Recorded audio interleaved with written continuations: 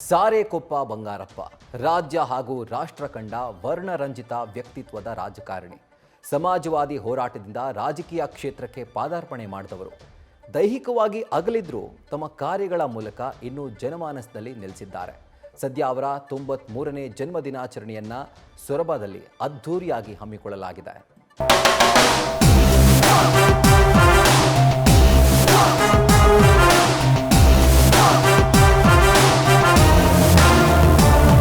ಬಂಗಾರಪ್ಪ ತಮ್ಮ ಜನಪರ ಯೋಜನೆ, ಸಮಾಜವಾದಿ ಚಿಂತನೆ ಮೂಲಕವೇ ತಮ್ಮದೇ ಛಾಪು ಮೂಡಿಸಿದ್ದವರು. ದೈಹಿಕವಾಗಿ ಅವರು ಇಂದು ಇಲ್ಲದೇ ಇದ್ರೂ ತಮ್ಮ ಕಾರ್ಯಗಳ ಮೂಲಕ ಇನ್ನೂ ಜನಮಾನಸದಲ್ಲಿ ನೆಲೆಸಿದ್ದಾರೆ. ಸದ್ಯ ಅವರ 93ನೇ ಹುಟ್ಟು ಹಬ್ಬವನ್ನ ಶಿವಮೊಗ್ಗದ ಸೊರಬದಲ್ಲಿ ಅದ್ದೂರಿಯಾಗಿ ಆಚರಿಸಲು ವೇದಿಕೆ ಸಿದ್ಧವಾಗಿದೆ.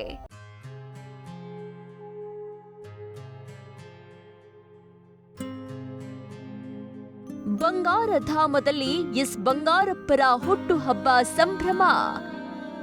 ಶಿವಮೊಗ್ಗದ ಸೊರಬದಲ್ಲಿರುವ ಬಂಗಾರಧಾಮದಲ್ಲಿ ಬಂಗಾರಪ್ಪರ ಹುಟ್ಟುಹಬ್ಬ ಕಾರ್ಯಕ್ರಮವನ್ನ ಅದ್ದೂರಿಯಾಗಿ ನಡೆಸಲಾಗ್ತಾ ಇದೆ.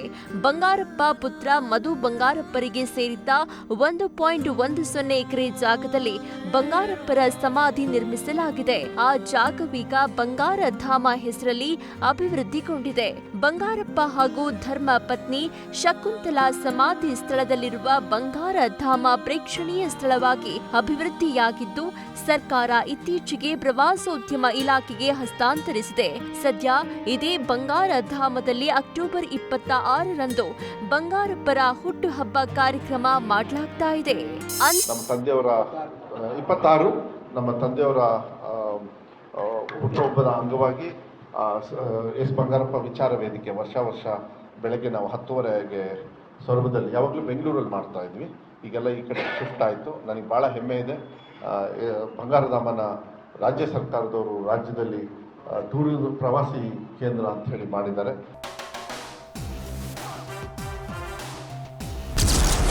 ಅಂದ್ಹಾಗೆ ಸೊರಬದ ಕುಬಟೂರಲ್ಲಿ 1933 ಅಕ್ಟೋಬರ್ 26ರಂದು ಜನಿಸಿದ್ದ ಬಂಗಾರಪ್ಪ ಕಾಲೇಜು ದಿನಗಳಲ್ಲೇ ಸಮಾಜವಾದಿ ಚಿಂತನೆಗೆ ಮಾರು ಹೋಗಿದ್ರು.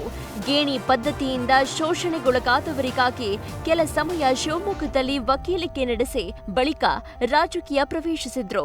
ಸುಕ್ಷೇತ್ರ ಸೊರಬದ ದನಿಯಾಗಲು 1967ರಲ್ಲಿ ಪ್ರಜಾ ಸೋಷಿಯಲಿಸ್ಟ್ ಪಕ್ಷದಿಂದ ಮೊದಲ ಬಾರಿ ಶಾಸಕರಾಗಿ ಆಯ್ಕೆಯಾದ್ರು.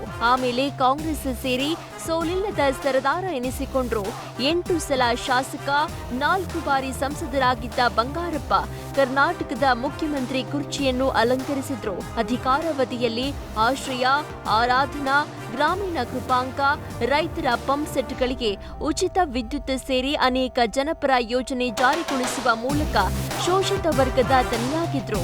ಬದಲಾದ ಸನ್ನಿವೇಶಕ್ಕೆ ಕರ್ನಾಟಕ ಕಾಂಗ್ರೆಸ್ ಕಟ್ಟಿದ ಬಂಗಾರಪ್ಪ ನಂತರ ಸಮಾಜವಾದಿ ಪಾರ್ಟಿ ಹಾಗೂ ಬಿಜೆಪಿಗೂ ಸೇರಿದ್ರು. ಇಂಥ ವರ್ಣರಂಜಿತ ವ್ಯಕ್ತಿತ್ವದ ಬಂಗಾರಪ್ಪ 2011ರ ಡಿಸೆಂಬರ್ 26ರಂದು ನಿಧನ ಹೊಂದಿದ್ದು, ಸೊರಬ ಪಟ್ಟಣದಲ್ಲಿ ಅಂತ್ಯಕ್ರಿಯೆ ನೆರವೇರಿತು.